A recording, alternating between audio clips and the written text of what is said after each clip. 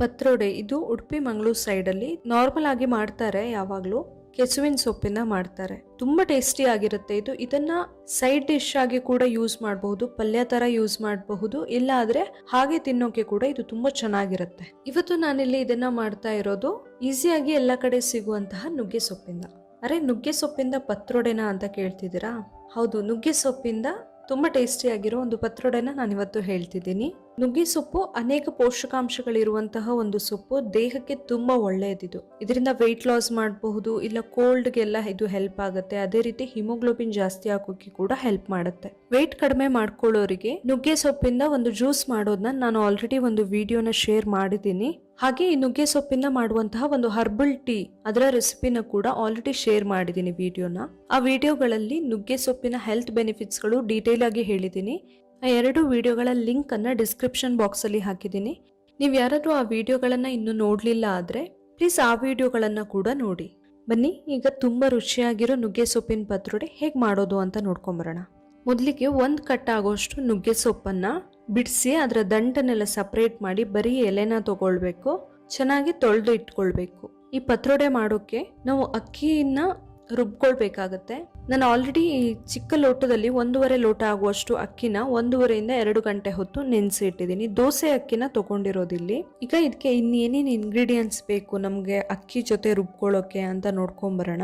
ಮೊದಲಿಗೆ ಒಣಮೆಣಸು ಒಂದು 4 ರಿಂದ 5 ನಾನಿಲ್ಲಿ ತಗೊಂಡಿರೋದು. ಹಾಗೆ ಒಂದು ಅರ್ಧ ಬೌಲ್ ಆಗುವಷ್ಟು ಹಸಿ ಕಾಯಿ ತುರಿ, 1 ಸ್ಪೂನ್ ಆಗುವಷ್ಟು ಜೀರಿಗೆ, 1.5 ಸ್ಪೂನ್ ಆಗುವಷ್ಟು ಕೊತ್ತಂಬರಿ, ಹಾಗೆ 1/4 ಬೌಲ್ ಆಗುವಷ್ಟು ಬೆಲ್ಲ. ನಾನಿಲ್ಲಿ ಆರ್ಗ್ಯಾನಿಕ್ ಬೆಲ್ಲನ ತಗೊಂಡಿದ್ದೀನಿ. ರುಚಿಗೆ ಬೇಕಾಗುವಷ್ಟು ಉಪ್ಪು, ಸ್ವಲ್ಪ ಅರಿಶಿನ, ಒಂದು ನಿಂಬೆ ಹಣ್ಣಿನಷ್ಟು ಗಾತ್ರದಷ್ಟು ಹುಣಸೆ ಹಣ್ಣು.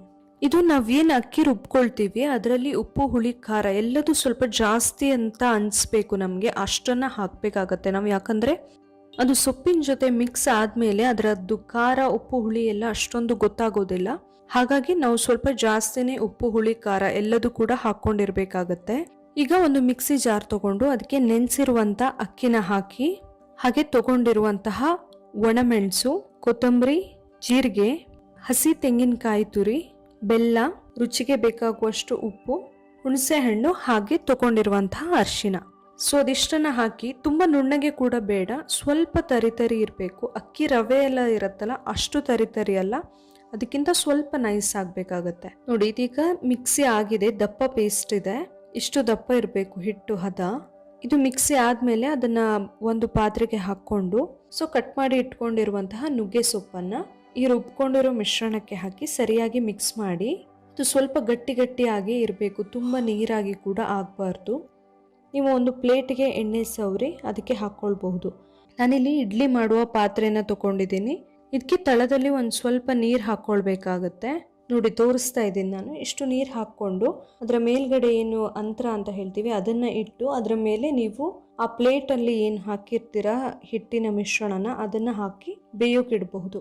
ನೀರು ಸ್ವಲ್ಪ ಕುದಿ ಬರೋ ತನಕ ಒಲೆ ಉರಿ ಸ್ವಲ್ಪ ದೊಡ್ಡದಾಗಿರಲಿ. ಆಮೇಲೆ ಮೀಡಿಯಂ ಇಟ್ಟರೆ ಸಾಕಾಗುತ್ತೆ, ತುಂಬ ಸಣ್ಣ ಕೂಡ ಬೇಡ. ಮೀಡಿಯಂ ಇಟ್ಟು ಒಂದು ಅರ್ಧದಿಂದ 3/4 ಗಂಟೆ ಬೇಯಿಸ್ಬೇಕಾಗತ್ತೆ. ನೋಡಿ, ಇದೀಗ ಬೆಂದಿದೆ.